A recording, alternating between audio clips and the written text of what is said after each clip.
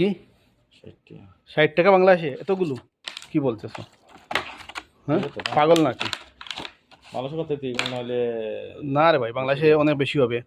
এখানে হচ্ছে 5 carton strawberry আমরা কিনেছি বাংলাদেশের 300 টাকা হয়েছে সবগুলো। 300 যারা টাকা 330।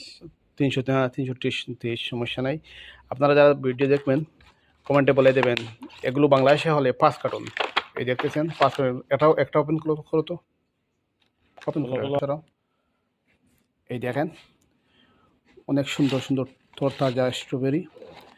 এগুলো আসলে দেখা হাতে। বাংলাদেশে হলে দেখেন কত হতো বলবেন। এখানে সবগুলো দাম হচ্ছে বাংলাদেশের 325-30 টাকার মতো। দেখেন তরতাজা অনেক সুন্দর স্ট্রবেরিগুলো। বলে দেবেন বাংলাদেশ হলে কত হতো।